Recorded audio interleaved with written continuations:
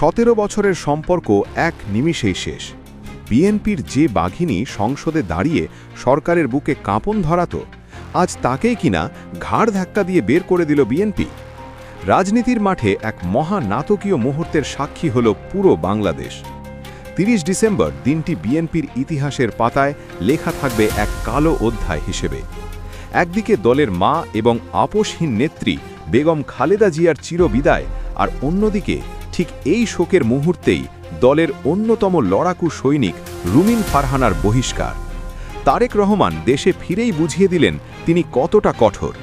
দলের হাইকমান্ডের সিদ্ধান্তকে রীতিমতো বুড়ো আঙুল দেখিয়ে নিজের জেদে অটল রইলেন ব্যারিস্টার রুমিন ফারহানা।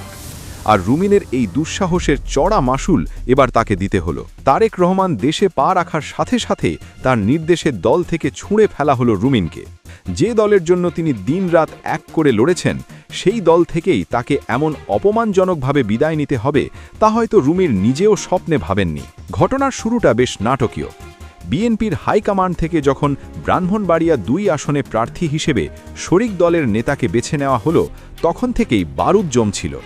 সবাই ভেবেছিল দলের প্রতি অনুগত থেকে রুমিন ফারহানা হয়তো চুপচাপ এই সিদ্ধান্ত মেনে নেবেন, কিন্তু বাস্তবে ঘটল তার ঠিক উল্টোটা। তারেক রহমানের সিদ্ধান্তকে তোয়াক্কা না করে রুমিন ফারহানা সোজা জানিয়ে দিলেন তিনি মাঠ ছাড়বেন না। দলের কঠোর নির্দেশ অমান্য করে তিনি স্বতন্ত্র প্রার্থী হিসেবে মনোনয়নপত্র জমা দিলেন। আর এতেই নড়ে চড়ে বসল বিএনপির শীর্ষ নেতৃত্ব। প্রশ্ন হল, কেন তারেক জিয়া দেশে ফিরেই রুমিন ফারহানাকে আর সহ্য করতে পারলেন না? কেন রুমিন দলের সিদ্ধান্তকে তোয়াক্কা না করে একাই লড়ার সাহস দেখালেন?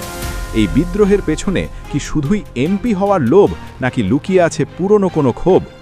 রাজনীতির অন্দরমহলের খবর যারা রাখেন তারা বলছেন এই দ্বন্দ্ব আজকের নয়। রুমিন ফারহানার আকাশচুম্বী জনপ্রিয়তা এবং তার নিজস্ব বলয় তৈরি করা নিয়ে হাইকমান্ড আগে থেকেই কিছুটা বিরক্ত ছিল। তার ওপর তারেক রহমানের উপস্থিতিতেই সরাসরি বিদ্রোহ করে বসা যেন কফিনে শেষ পেরেক ঠুকে দিল। রুমিন ফারহানা যে সহজে দমে যাওয়ার পাত্রী নন, সেটা তার রক্তেই নেশে আছে। তার এই বিদ্রোহী আচরণের পেছনের কারণ খুঁজতে হলে আমাদের ফিরে তাকাতে হবে অতীতে। রুমিন ফারহানার পরিচয় শুধু বিএনপির নেত্রী নয়, তার সবচেয়ে বড় পরিচয় তিনি মহান ভাষা সৈনিক অলি আহাদের মেয়ে। অলি আহাদ ছিলেন সেই নেতা যিনি সারা জীবন আপোষহীন রাজনীতি করেছেন। অন্যায়ের প্রতিবাদ করতে গিয়ে তিনি কখনোই কারো চোখ রাঙানিকে ভয় পাননি। ইতিহাস আজ যেন বড় অদ্ভুতভাবে ফিরে এলো। 1973 সালে অলি আহাদ যেমন তৎকালীন আওয়ামী লীগের প্রবল জোয়ারের বিপক্ষে দাঁড়িয়ে স্বতন্ত্র নির্বাচন করার সাহস দেখিয়েছিলেন, ঠিক একইভাবে 2025 সালে এসে তার মেয়ে রুমিন ফারহানা একই কাজ করলেন। বাবার মতোই তিনি দলের সিদ্ধান্তের বাইরে গিয়ে নিজের নীতিতে অটল রইলেন।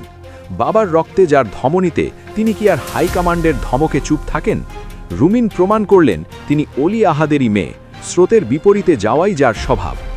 গত 17 বছর ধরে বিএনপির রাজনীতির সাথে ওতপ্রোতভাবে জড়িয়েছিলেন রুমিন ফারহানা। টকশো থেকে রাজপথ, কোথায় ছিলেন না তিনি? যখন বিএনপির অনেক বড় বড় নেতা মামলার ভয়ে গর্তে লুকিয়েছিলেন, তখন রুমিন ফারহানা একাই বাঘিনীর মতো সরকারের বিরুদ্ধে কথা বলেছেন। সংসদে দাঁড়িয়ে তার ক্ষুরোধার বক্তব্য সরকারের অনেক মন্ত্রীর বুকে কাঁপন ধরিয়ে দিত। সেই রুমিন ফারহানাই আজ নিজ দলেই অবহেলিত। যে দলের জন্য তিনি এত ঘাম ঝরিয়েছেন, সেই দলই আজ তাকে ঘরের শত্রু বিভীষণ মনে করছে। রাজনীতির দাবা খেলায় তারেক রহমান হয়তো ভেবেছিলেন রুমিন ফারহানাকে সাইডলাইন করে দিলে তিনি চুপ হয়ে যাবেন, কিন্তু রুমিন ফারহানা যে চুপ থাকার মানুষ নন, সেটা তিনি হাড়ে হাড়ে বুঝিয়ে দিলেন। তারেক রহমানের কি রুমিনের এই আকাশচুম্বী জনপ্রিয়তা নিয়ে কোনো ভয় ছিল, নাকি রুমিন ফারহানা দলের চেয়েও বড় হয়ে উঠছিল যা মেনে নেওয়া সম্ভব হচ্ছিল না? এসব প্রশ্ন এখন ঘুরপাক খাচ্ছে রাজনৈতিক বিশ্লেষকদের মনে। এই পুরো ঘটনার কেন্দ্রবিন্দুতে রয়েছে ব্রাহ্মণবাড়িয়া 2 আসন। সরাইল ও আশুগঞ্জ উপজেলা নিয়ে গঠিত এই আসনটি বিএনপি তাদের জোটের শরিক দল জমিয়েতে উলামায়ে ইসলামের প্রার্থী মৌলানা জুনায়েদ আল হাবিবকে ছেড়ে দেয়। বিএনপির হাইকমান্ড ভেবেছিল জোটের স্বার্থে এই ত্যাগ স্বীকার করে নেবেন রুমিন, কিন্তু রুমিন এই সিদ্ধান্ত মেনে নেননি। তিনি পরিষ্কার ভাষায় জানিয়ে দিলেন আল্লাহর পরিকল্পনা মানুষের বোঝার বাইরে। রুমিন ফারহানা মনোনয়ন জমা দেওয়ার সময় সাংবাদিকদের সামনে যে কথাগুলো বলেছেন তা ছিল অত্যন্ত ইঙ্গিতপূর্ণ। তিনি বলেছেন, রাব্বুল আলামিনের কি অদ্ভুত পরিকল্পনা, সালে এসে ধানের শীষের জোয়ারের বিপক্ষে আমাকে স্বতন্ত্রভাবে লড়তে হচ্ছে। তার এই কথার মাধ্যমেই বোঝা যায় দলের এই সিদ্ধান্তে তিনি কতটা ব্যথিত এবং ক্ষুব্ধ। তিনি আরও বলেন, আল্লাহর পরিকল্পনা এবং তার বাস্তবায়নের প্রক্রিয়া মানুষের বোঝার বাইরে। রুমিন ফারহানা শোলে না দাঁড়ানোয় এখন জোট প্রার্থীর ঘাম ছুটিয়ে দিচ্ছে তার জনপ্রিয়তা। মৌলানা জুনায়েদ আল হাবিব যদিও ধানের শীষের সমর্থন পাচ্ছেন, কিন্তু মাঠের চিত্র বলছে ভিন্ন কথা। স্থানীয় জনগণ এবং বিএনপির তৃণমূল নেতাকর্মীদের একটা বড় অংশ রুমিন ফারহানার পক্ষে অবস্থান নিয়েছে। তিনি দলের সিদ্ধান্তকে তোয়াক্কা না করে বললেন, আমি জনগণের প্রার্থী।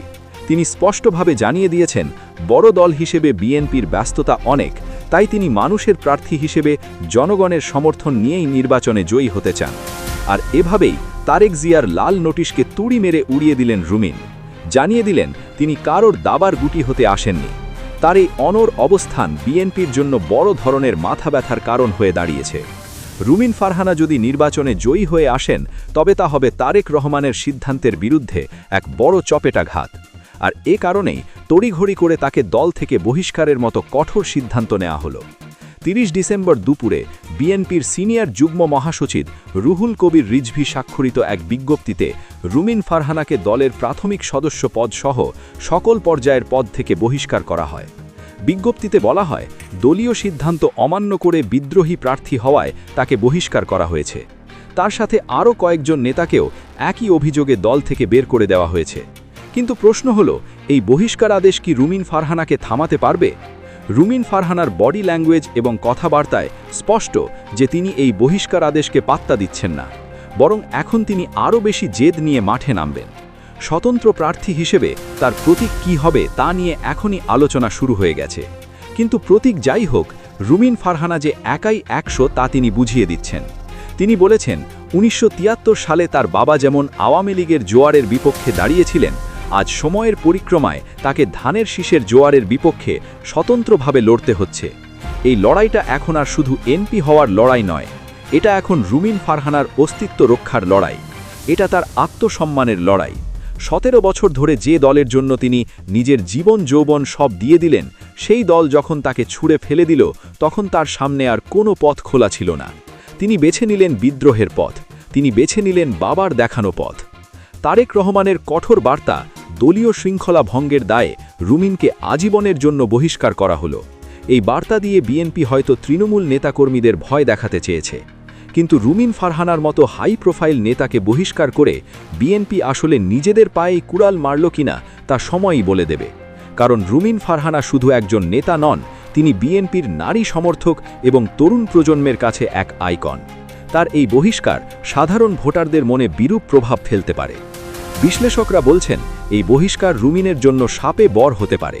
কারণ এখন তিনি আর দলীয় শৃঙ্খলার বেড়াজালে বন্দী নন, তিনি এখন স্বাধীনভাবে কথা বলতে পারবেন। দলের ভেতরের অনেক গুমর হয়তো এখন তিনি ফাঁস করে দিতে পারেন। আর যদি তিনি স্বতন্ত্র হিসেবে জিতে আসেন, তবে বিএনপির রাজনীতিতে এক নতুন মেরুকরণ শুরু হবে। তখন হাইকমান্ডকে তাদের সিদ্ধান্ত নিয়ে নতুন করে ভাবতে হবে। ব্রাহ্মণবাড়িয়া 2 আসনে এখন ত্রিমুখী লড়াইয়ের আভাস পাওয়া যাচ্ছে। একদিকে বিএনপির সমর্থনে জোটের প্রার্থী জুনায়েদ আল হাবিব, অন্যদিকে স্বতন্ত্র প্রার্থী হিসেবে বাঘিনী রুমিন ফারহানা। মাঠের লড়াইয়ে কে জিতবে তা এখনই বলা যাচ্ছে না, তবে রুমিন ফারহানা যে জোট প্রার্থীর ঘুম হারাম করে দিয়েছেন তা নিশ্চিত। স্থানীয় ভোটাররা বলছেন, রুমিন ফারহানার ব্যক্তিগত জনপ্রিয়তা অনেক বেশি, বিশেষ করে নারীদের মধ্যে তার ব্যাপক গ্রহণযোগ্যতা রয়েছে। রুমিন ফারহানা মনোনয়ন জমা দেওয়ার পর থেকেই তার নির্বাচনী এলাকায় ব্যাপক শোডাউন করছেন। হাজার হাজার মানুষ তার মিছিলে যোগ দিচ্ছে। এই জনস্রোত দেখে বিএনপির স্থানীয় নেতারাও দ্বিধায় পড়ে গেছেন। তারা কেন্দ্রের নির্দেশ মানবেন নাকি তাদের প্রিয় নেত্রীর পক্ষে কাজ করবেন তা নিয়ে দোটানায় আছেন। রুমিন ফারহানা নিজেও এই সুযোগটিকে কাজে লাগাচ্ছেন। তিনি বারবার বলছেন, আমি আপনাদের মেয়ে, আমি আপনাদের বোন, আমাকে একটিবার সুযোগ দিন। রাজনীতির মাঠে কেউ কারোর স্থায়ী বন্ধু বা শত্রু নয়। আজ যে রুমিন ফারহানা বিএনপির শত্রু, কাল হয়তো পরিস্থিতি বদলে গেলে তিনি আবার দলের কাণ্ডারি হয়ে উঠবেন। কিন্তু বর্তমান বাস্তবতা হলো, রুমিন ফারহানা এখন বিএনপির জন্য বড় চ্যালেঞ্জ।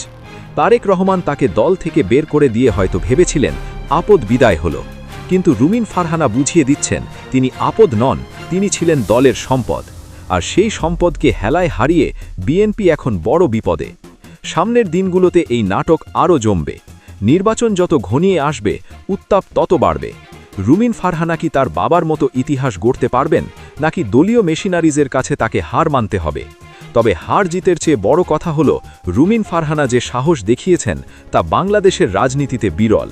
হাইকমান্ডের মুখের উপর না বলার সাহস খুব কম নেতারই থাকে। রুমিন ফারহানা সেই সাহস দেখিয়ে প্রমাণ করলেন তিনি লম্বা রেসের ঘোড়া।